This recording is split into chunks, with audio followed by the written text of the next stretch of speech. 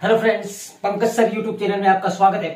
और continue class रखते हुए 6 बजे वाली क्लास शाम को अपन कंटिन्यू करते हुए आज की क्लास के अंदर अपन आज नया टॉपिक लेके आए हैं। और कल की क्लास के अंदर अपन ने बहुत ही मजेदार टॉपिक पढ़ा था पर्नीशियस एनीमिया के बारे में।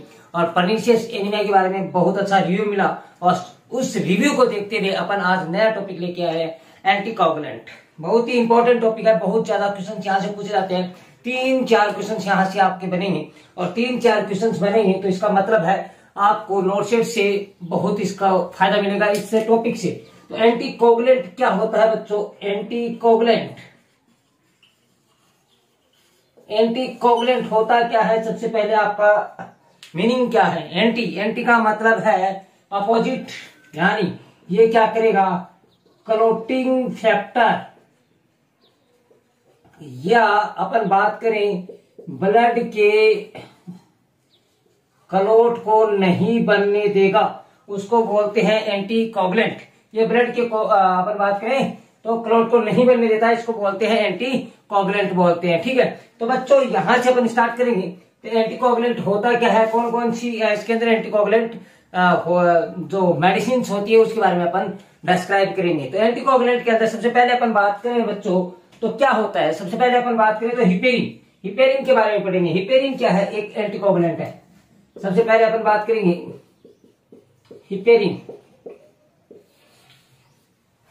हिपेरिन क्या है बच्चों?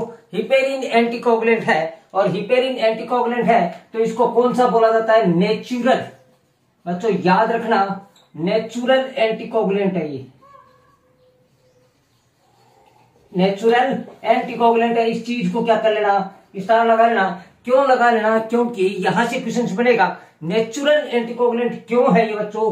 क्योंकि अपनी बॉडी के अंदर जो बेसोफिल्स पाई जाती है, और बेसोफिल्स क्या होती है अपन ने पहले जो डिस्क्राइब किया था ब्लड के पार्ट के अंदर आपको देखने को मिलेगा। बेसोफिल्स एक टाइप की WBC है और ये इसके अंदर जो सेल पाई जाती है उसको बोलते हैं मास्ट सेल। और मास्ट सेल किसका निर्माण करती है, किसका फॉर्मेशन करती है? Formation of the heparin.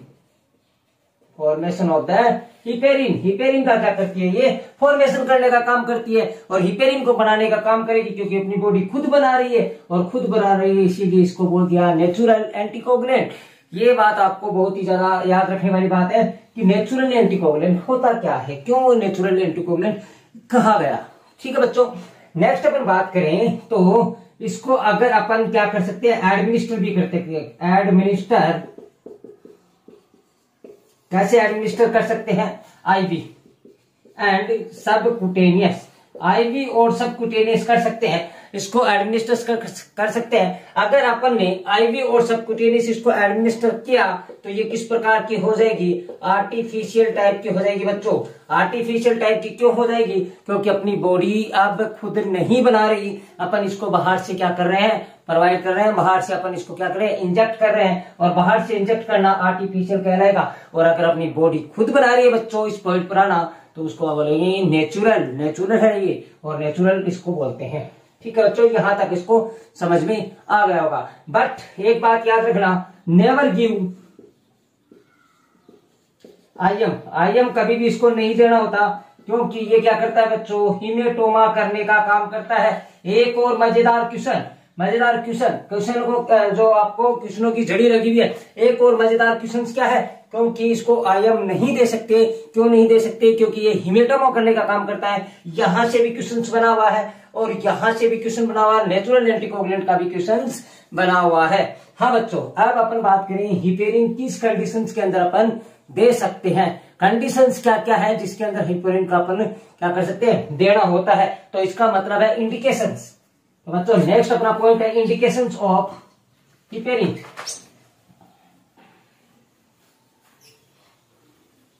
Indications क्या क्या है? Indication of heparin. इंडिकेशन क्या क्या बोलते हैं? इंडिकेशन अपन बात करें तो इंडिकेशन, इसका सबसे पहले इंडिकेशन होता है कि किस कंडीशंस के अंदर अपन हिपेरिन दे सकते हैं। पहला पॉइंट तो ये है कि किस कंडीशंस के अंदर इसको अपन हिपेरिन दे सकते हैं। तो सबसे पहले अपन कार्डियक सर्जरी कोई भी कार्डियक सर्जरी कर रहे हैं उसके अंदर अपन को क्या करना होता है, हिपेरिन देना होता है। दूसरी अपन बात करें और किसकी कंडीशंस के अंदर दे सकते हैं, और अपन बात करें तो आपका एबीजी एनालिसिस, एबीजी एनालिसिस, और एबीजी एनालिसिस के अंदर जो सिरिंज यूज की जाती है, एक और मोस्ट इंपोर्टेंट क्वेश्चन, तो जो सिरिंज यूज की जाती है बच्चों, सिरिंज यूज की जाती है उसको बोलते हैं, कौन सी सिरिंज यूज की जाती है, यहां से क्वेश्चन पूछा गया है, हिपेरिनाइज्ड सिरिंज। कौन सी है, हिपेरिनाइज्ड सिरिंज, यानी क्वेश्चनों की भरमार होने वाली है। यहाँ पर बहुत सारे क्वेश्चंस आपको देखने मिलेंगे। एबीजी एनालिसिस करते हैं तो कौन सी सिरिंज यूज करते हैं, अपन बात करें तो हिपेरिनाइज्ड सिरिंज यूज कर सकते हैं। और कौन सी कंडीशंस है जिसके अंदर अपन क्या कर सकते हैं, हिपेरिन दे सकते हैं। एक बच्चों आपको याद हुआ होगा कि डायलाइसिस की कंडीशन में, डायलाइसिस की कंडीशन में, डायलाइसिस कौन से वाला,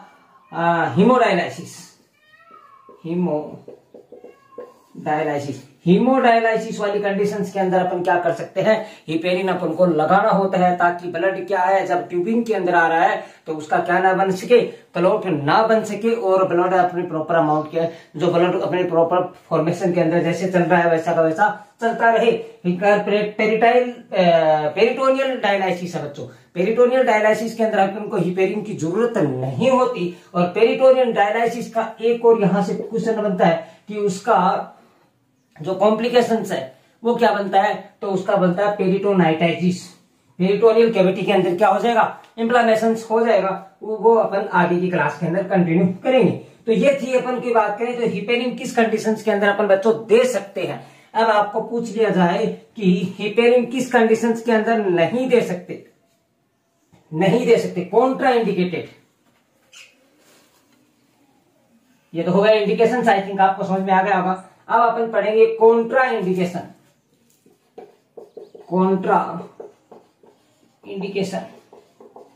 और कॉन्ट्रा इंडिकेशंस के अंदर सबसे पहला कॉन्ट्रा इंडिकेशन बनेगा बच्चों ब्लीडिंग। क्या है, ब्लीडिंग। अगर किसी को क्या हो रही है, ब्लीडिंग हो रही है, उस कंडीशंस के अंदर अपन क्या नहीं कर सकते, कभी भी आपको हिपेरिन नहीं देनी होती है। हिपेरिन क्यों नहीं देनी होती है, क्योंकि एक तो ब्लीडिंग पहले से हो रही है, और बाद में हिपेरिन क्या है, एंटीकोगुलेंट है, कोगुलेंट यानी क्लॉट नहीं बनने देगी, और क्लॉट नहीं बनने देगी तो ब्लीडिंग और ज्यादा होने के चांसेस है। तो एक छोटा सा मुहावरा है, एक तो करेला और ऊपर से नीम चढ़ा, यानी एक तो पहले से ब्लीडिंग हो रही है और अपन उसको हिपेरिन दे रहे हैं, तो हिपेरिन दे रहे हैं तो बच्चों इसके अंदर भी आपको ये क्या है, कॉन्ट्रा इंडिकेटेड है। और किसके अंदर अपन बात करें तो हेमरेजिक शॉक, हेमरेजिक शॉक के अंदर भी क्या होता है, ये कॉन्ट्रा इंडिकेशन होता है, इंडिकेटेड होता है। हेमरेजिक शॉक के अंदर भी अपन क्या करते हैं, हिपेरिन नहीं दिया जाता। बच्चों एक जो मोस्ट इंपोर्टेंट बात यहां मैं लिख रहा हूं, इसको आप याद रख लेना, हिपेरिन not give together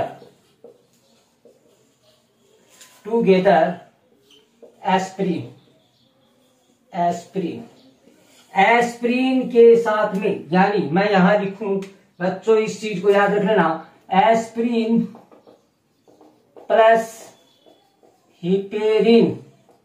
तो इस बात को गांठ बांध के याद कर लेना कि कॉन्ट्रा इंडिकेटेड है,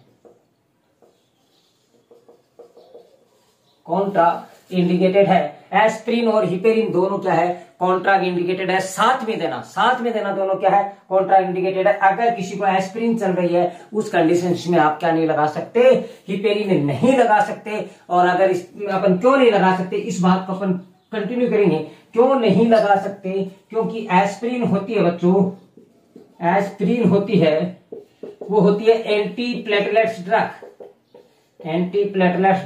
यानी एंटी प्लेटलेट्स का ड्रग का यहां पर मीनिंग समझना बच्चों। इसको आप दूसरे वर्ड के अंदर मत ले जाना। एंटी प्लेटलेट्स ड्रग का मतलब समझना, ये प्लेटलेट्स को अढेर नहीं होने देती।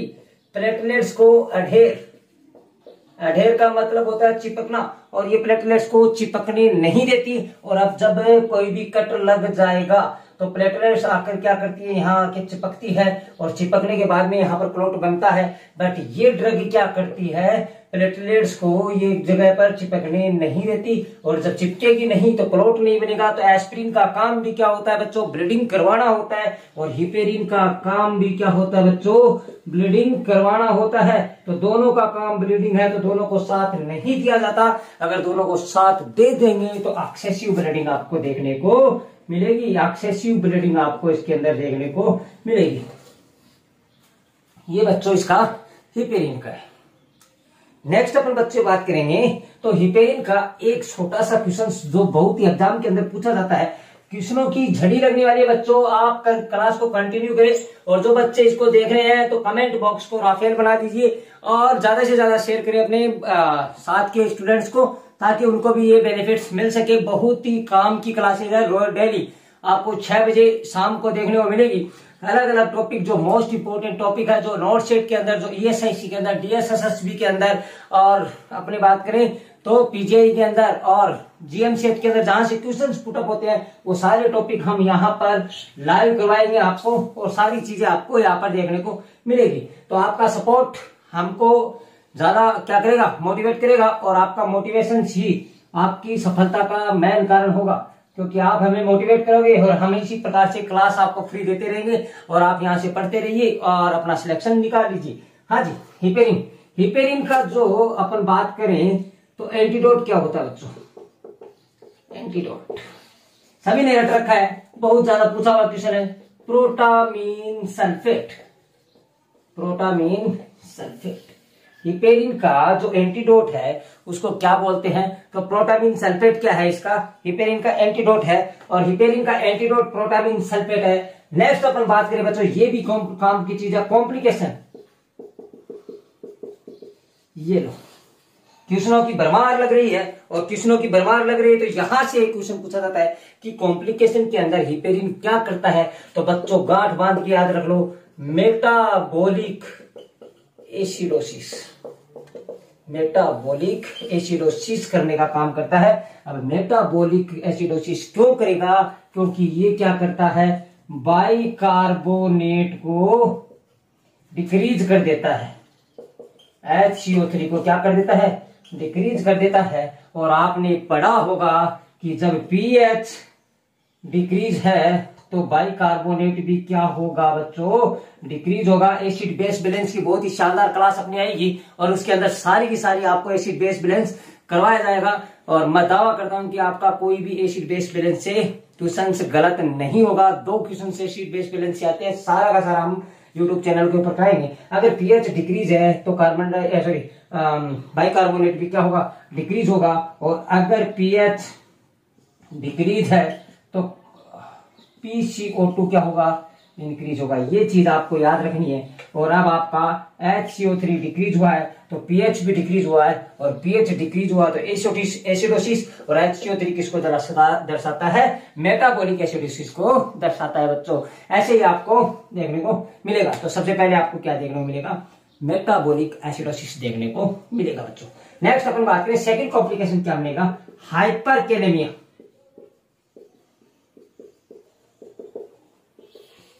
क्या देखने को मिलेगा, हाइपरकैलेमिया देखने को मिलेगा। सेकंड वन आपका कॉम्प्लिकेशन क्या देखने को मिलेगा, हाइपरकैलेमिया आपको देखने को मिलेगा बच्चों। ठीक है बच्चों, नेक्स्ट अपन बात करें तो आपका जो इफेक्ट है, हिपेरिन का इफेक्ट कितने टाइम तक रहता है, ये भी यहां से भी क्वेश्चन पुटअप होता है। हिपेरिन का जो इफेक्ट है वो कितने टाइम तक रहता है, 6 आवर तक, 6 आवर तक इसका क्या रहता है, हिपेरिन का अपन बात करें तो इफेक्ट रहता है 6 घंटे तक इसका इफेक्ट रहता है हिपेरिन का। ये भी याद करने वाली बात है, तो ये भी आपको रट लेना है। और आपको पूछ लिया जाए बच्चों, ये बहुत काम की चीज बता रहा हूं, अगर आपको पूछ लिया जाए कि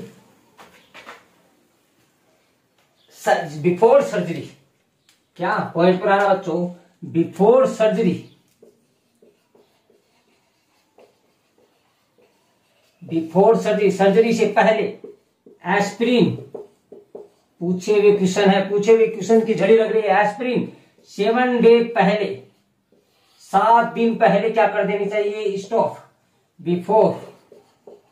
बिफोर 7 डेज आपको क्या करनी है, स्टॉप कर देनी है। नेक्स्ट अपन बात करें तो आपकी आती है वारफेरिन। वारफेरिन आपको 2 डेज बिफोर 2 डेज क्या कर देनी है, स्टॉप कर देनी है। नेक्स्ट आती है हिपेरिन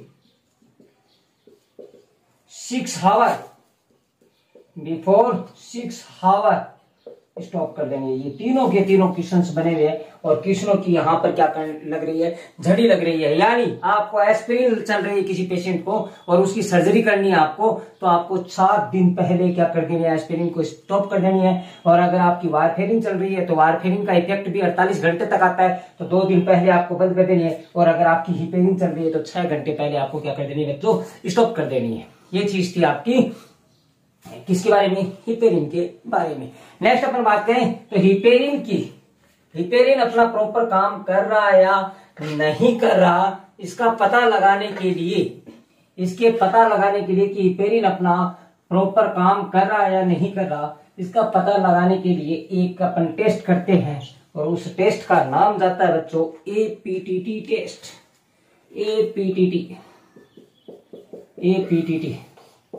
एपीटीटी का मतलब क्या होता है बच्चों, यहां समझिए। एपीटीटी का मतलब होता है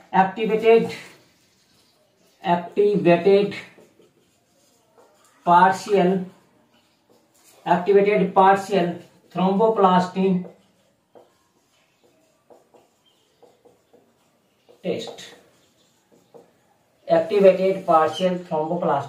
टेस्ट। इसके अंदर अपन effect of the heparin to check effect of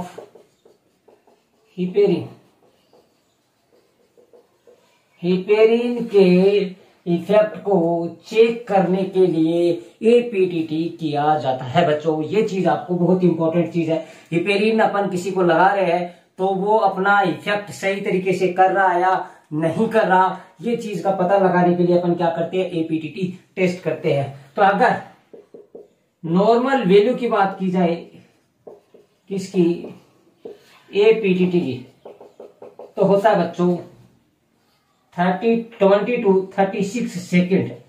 कितना होता है, 20 to 36 सेकेंड होता है। अगर आपका क्या पूछ लिया जाए, नॉर्मल एपीटीटी टाइम पूछ लिया जाए तो कितना होता है, 20 to 36 सेकेंड होता है। अगर आपसे पूछ लिया जाए ड्यूरिंग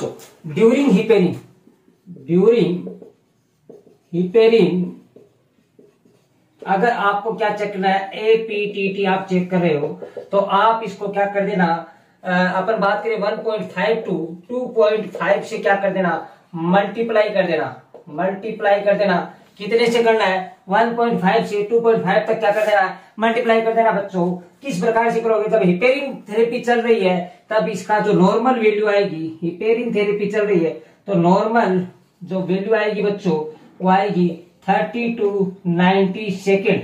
यानी आपने 20 को 1.5 से गुना किया तो 30 और 36 को 2.5 से गुना किया तो 90, यानी 30 से 90 सेकंड क्या होता है, इसका नॉर्मल वैल्यू होता है। कब, जब हिपेरिन चल रही होती है बच्चों। क्वेश्चनों की झड़ी लग रही है और यहां से ही क्वेश्चंस बनते हैं। अपन इन्हीं चीजों को छोड़ देते हैं और नोट सेट में अपन 1 नंबर से अपन क्या करते हैं, रह जाते हैं। नेक्स्ट अपन बात करें, जब आपकी क्या चल रही है, हिपेरिन चल रही है तो एपीटीटी है ना, एपीटीटी एवरी 4 to 6 आवर के अंदर आपको करनी है और डेली करनी है। यानी डेली या 4 से 6 घंटे के अंदर जब आपकी हिपेरिन चल रही है तो एवरी 4 to 6 आवर के बाद में आपको क्या करनी है, एपीटीटी चेक करनी है बच्चों। ये तो थी एपीटीटी की बात, कुछ कॉमन बात। अब अगर आपका एपीटीटी कितना आ रहा है, अगर आपका एपीटीटी टाइम 90 सेकेंड से अभाव आ रहा है, more than 90 second APTT time आ रहा है तो आपको क्या कर देना है, स्टॉप कर देना है। किसको, हिपेरिन को क्या कर देना बच्चों, स्टॉप कर देना है। अगर 90 सेकेंड से ज्यादा आ रहा है क्योंकि ये क्या कर सकता है, कैन कॉज ब्लीडिंग। क्या कर सकता है बच्चों, कैन कॉज ब्लीडिंग कर सकता है, कैन कॉज ब्लीडिंग। नेक्स्ट अपन बात करें, अगर आपका मोर देन 80 आ रहा है, 80 सेकेंड आ रहा है बच्चों, तो आपको क्या कर देनी है, हिपेरिन की डोज को, हिपेरिन डोज को क्या कर देना है, डिक्रीज कर देना है। अगर 80 आ रहा है, 80 सेकेंड आ रहा है, तो आपको क्या कर देना है, हिपेरिन की डोज को क्या कर देना है, मोर देन 80 सेकेंड आ रहा है तो हिपेरिन की डोज को क्या कर देना है, डिक्रीज कर देना है। अगर आपकी लेस देन 60 सेकेंड आ रहा है, हिपेरिन का लेस देन 16 सेकेंड आ रहा है, तो हिपेरिन को क्या करना है, हिपेरिन को की डोज को क्या कर देना है, इंक्रीज कर देना है। बच्चों ये चीज आपको क्या करनी है, हिपेरिन के बारे में याद रखनी है। अगर आपका 90 से ज्यादा आ रहा है तो स्टॉप कर देना है, 80 से ज्यादा आ रहा है तो हिपेरिन की डोज को कम कर देना है, और 60 से कम आ रहा है तो हिपेरिन की डोज को थोड़ा सा बढ़ा देना। आपको ये चीज भी आपको याद रखनी है बच्चों। क्वेश्चंस यहीं से बनते हैं, क्वेश्चंस कहीं अलग से नहीं बनते। क्वेश्चंस जो अपन टॉपिक पढ़ते हैं उन्हीं से क्वेश्चंस बनते हैं, उन्हीं क्वेश्चनों को अपन लेके आ रहे हैं बच्चों। ये था हिपेरिन के बारे में, और हिपेरिन के बारे में आप क्वेश्चन सोल्व करना। अगर आपका कुछ गलत हुए तो फिर आप कमेंट बॉक्स में डालना, कि जो भी क्वेश्चंस आपको पुटअप करना है कमेंट बॉक्स में क्वेश्चंस की झड़ी लग जानी चाहिए, कमेंट बॉक्स को राफेल बना दो क्वेश्चन के अंदर से। नेक्स्ट अपन बात करते हैं बच्चों, दूसरा जो एंटीकोगुलेंट है उसको बोलते हैं वारफेरिन। दूसरा है उसको बोलते हैं वारफेरिन। पहला अपन ने पढ़ लिया हिपेरिन और दूसरा था वारफेरिन। वारफेरिन क्या होता है, वारफेरिन, वारफेरिन, वारफेरिन का पहले क्वेश्चन बनता है कि इसका दूसरा नाम क्या होता है, तो दूसरा नाम होता है कोमाडिन। कोमाडिन, दूसरा नाम इसका कोमाडिन से बोला जाता है, इसका दूसरा नाम कोमाडिन है। दूसरी इंपॉर्टेंट चीज बच्चों कि ये ओरल एंटीकोगुलेंट है, ओरल एंटीकोगुलेंट है, ओरल एंटीकोगुलेंट है। तीसरी इंपॉर्टेंट चीज बच्चों, इसका इफेक्ट 24 आवर्स तक होता है। तीसरी इंपॉर्टेंट चीज, इसका इफेक्ट 24 आवर्स तक होता है। ये क्या करता है, blood clotting factor, factor number 279, कौन से 279 और 10 ब्लड क्लोटिंग फैक्टर को क्या कर देता है, डीएक्टिवेट कर देता है। ये क्या करता है, 2, 7 और 9, 2, 7, 9, 10 नंबर के क्लोटिंग फैक्टर को क्या कर देता है, डीएक्टिवेट कर देता है। और डीएक्टिवेट कर देता है तो ये क्लोटिंग फैक्टर नहीं काम करेंगे, और नहीं काम करेंगे तो क्लोट नहीं बनेगा, क्लोट नहीं बनेगा तो ब्लीडिंग स्टार्ट हो जाएगी। तभी ये क्या है, एंटीकोगुलेंट है। ठीक है बच्चों, नेक्स्ट अपन बात करें इसकी doses 5 to 6 mg per day. इसकी डोज क्या होती है, 5 to 6 mg पर डे इसकी क्या होती है बच्चों, डोज होती है। यानी अपन कोई भी सर्जरी कर रहे हैं तब उसको ड्यूरिंग सर्जरी से 24 घंटे पहले इसको क्या कर देना है, स्टॉप कर देना है। हिपेरिन की बात, सॉरी अपन बात करें वारफेरिन की बात चल रही है, तो वारफेरिन के बारे में आपको इतना पता चल गया होगा। नेक्स्ट अपन बात करें तो इस वारफेरिन के बारे में क्या क्या आपको देखने को मिलेगा, तो इफेक्ट आपको पता चल गया। ब्लड क्लॉटिंग फैक्टर कौन से को इफेक्ट करती है, तो 2 नंबर, 7 नंबर, 9 नंबर और 10 नंबर को। नेक्स्ट इंपॉर्टेंट चीज है बच्चों इसके अंदर, और क्या करते हैं, जो वारफेरिन है, वारफेरिन है उसका एंटीडोट भी पूछा जाता है। एंटीडोट बच्चों, ये भी क्वेश्चन बहुत बार बना हुआ है। एंटीडोट आजकल नहीं पूछा जाता होगा, बट कभी भी नोटसेट का दिमाग घूम सकता है और ये क्वेश्चन पूछ सकता है। तो इसका एंटीडोट जो बनता है वो बनता है विटामिन के। विटामिन के क्या बनता है बच्चों, इसका एंटीडोट बनता है किसका, वारफेरिन का एंटीडोट कौन बनता है, अपन बात करें तो विटामिन के बनता है। बच्चों एक और इंपॉर्टेंट चीज यहां पर लिखने जा रहा हूं, इसको भी याद कर लेना कि वारफेरिन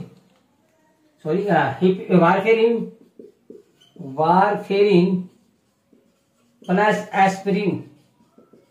एस्पिरिन ये दोनों भी साथ में क्या है बच्चों, कॉन्ट्रा इंडिकेटेड है, कॉन्ट्रा इंडिकेटेड है। ये भी आप याद रख लेना, ये दोनों भी साथ में क्या है, कॉन्ट्रा इंडिकेटेड है। वारफेरिन और एस्पिरिन भी अपन साथ में नहीं दे सकते बच्चों।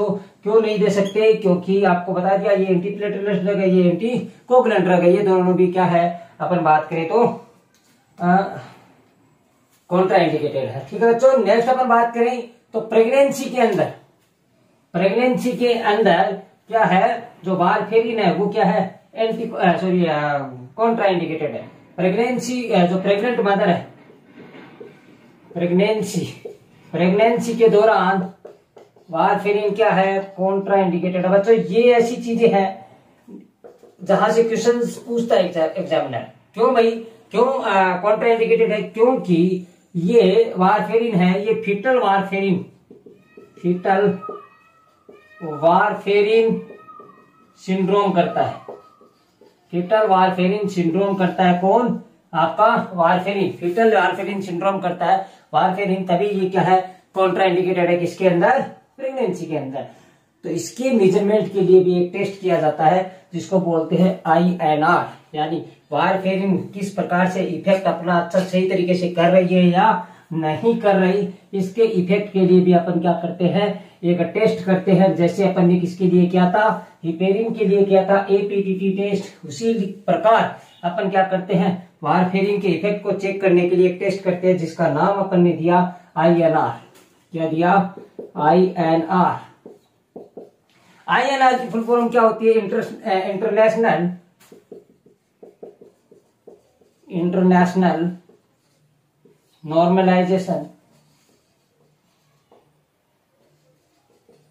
Ratio, international normalized ratio. इसकी फुल फॉर्म होती है इंटरनेशनल नॉर्मलाइज्ड रेशियो। इसको प्रो INR के नाम से भी जाना जाता है। दूसरा नाम इसको प्रो INR के नाम से भी इसको क्या किया जाता है, जाना जाता है। यानी दो नाम हो गए इसके, एक तो हो गया प्रो INR या प्रो टाइम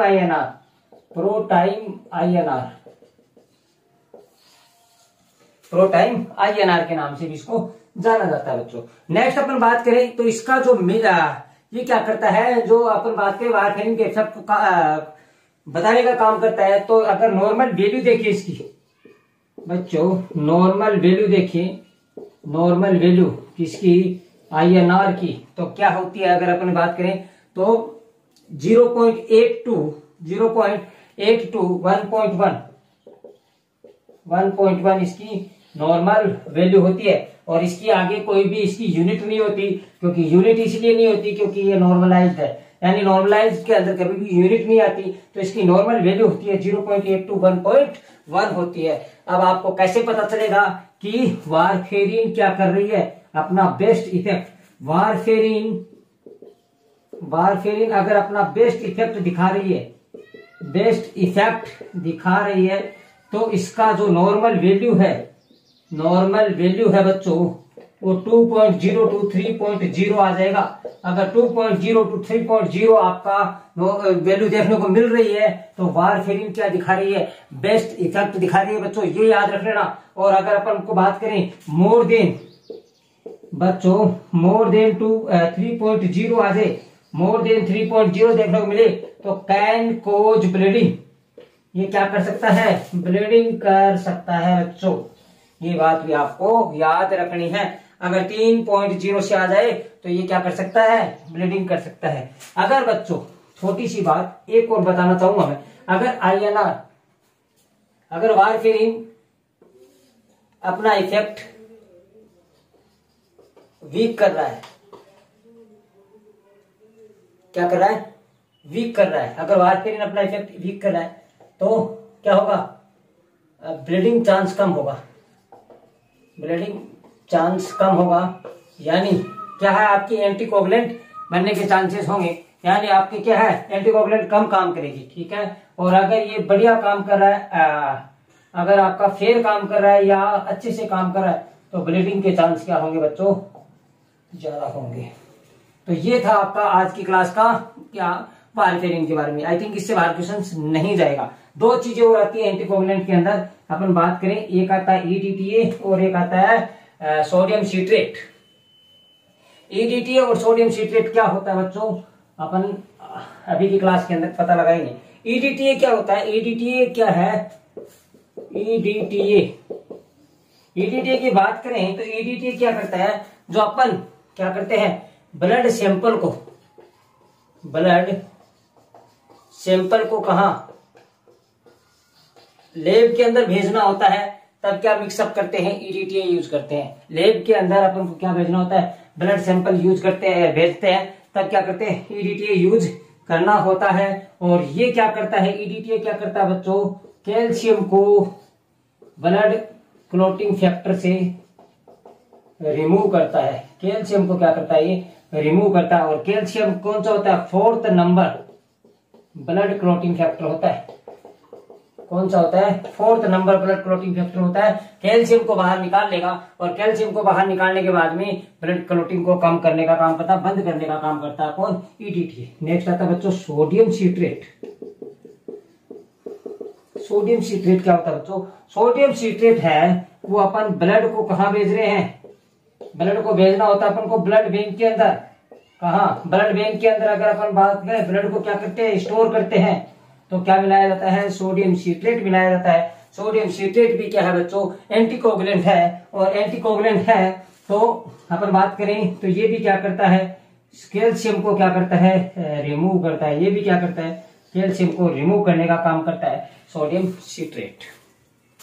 तो बच्चों ये थी आज की क्लास के अंदर अपन ने पढ़ा सबसे पहले हिपेरिन के बारे में, बाद में APTT उसका जो एग्जामिन टाइम था। नेक्स्ट अपन ने पढ़ा वारफेरिन, कोमाडिन बोलते हैं, और उसके बारे में अपन ने पढ़ा किसके, INR के बारे में। नेक्स्ट अपन ने पढ़ा EDTA के बारे में, और नेक्स्ट पढ़ा सोडियम सिट्रेट के बारे में। तो बच्चों आज की क्लास के अंदर इतना ही। हमारे साथ ऐसे जुड़े रहिए। आपको डेली 6 बजे शाम को 6 बजे वाली क्लास के अंदर नए नए टॉपिक जो आपको नोटशीट के अंदर देखने को मिलेंगे, वहां से आपको हर एक टॉपिक की एक्सरसाइज करवाई जाएगी, हर एक टॉपिक के बारे में बताया जाएगा। और आपका काम है हमारा हौसला बुलंद करना, और आपका काम है चैनल को ज्यादा से ज्यादा शेयर करना, सब्सक्राइब करना, लाइक करना, फैला दो पूरे इंडिया के अंदर, क्योंकि आपको जो टॉपिक चाहिए, और कमेंट बॉक्स में डालो जो टॉपिक आपको पढ़ना है, वही अपन आगे की क्लास के अंदर कंटिन्यू करेंगे। तो बच्चों यहाँ फिर बना दो कमेंट बॉक्स को। और आज की क्लास के अंदर इतना ही। बहुत अच्छा रिस्पॉन्स मिला। पीछे का जो आपका रेस्पॉन्स था हमारा, जो आपका अपन ने पढ़ा था पर्नीशियस एनीमिया के बारे में, बहुत अच्छा रिस्पॉन्स मिला था। उसी के बदौलत अपन एक बहुत ही मजेदार टॉपिक लेके आए थे आज एंटीकोगुलेंट के बारे में। यहाँ से क्वेश्चन भी बहुत ज्यादा पुटअप होंगे, तो सारी की सारी चीजें आप पर डिपेंड करती है। तो बहुत ज्यादा आपको थैंक यू। और अपने यूट्यूब चैनल पर ऐसे ही बने रहिए। तो पंकज सर यूट्यूब चैनल को ना भूलिए। Thank you very much. Good bye.